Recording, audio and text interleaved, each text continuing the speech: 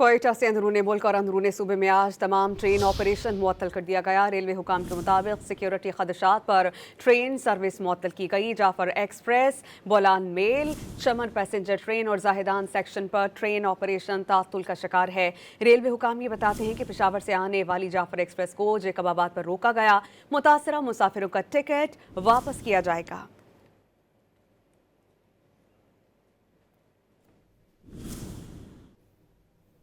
कोयटा से अंदरूनी मुल्क और अंदरूनी सूबे में आज तमाम ट्रेन ऑपरेशन मुअत्तल कर दिया गया। रेलवे हुकाम के मुताबिक सिक्योरिटी खदशात पर ट्रेन सर्विस मुअत्तल की गई। जाफर एक्सप्रेस, बोलान मेल, चमन पैसेंजर ट्रेन और जाहिदान सेक्शन पर ट्रेन ऑपरेशन तातुल का शिकार है।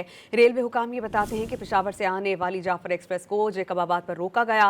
मुतासरा मुसाफिरों का टिकट वापस किया जाएगा।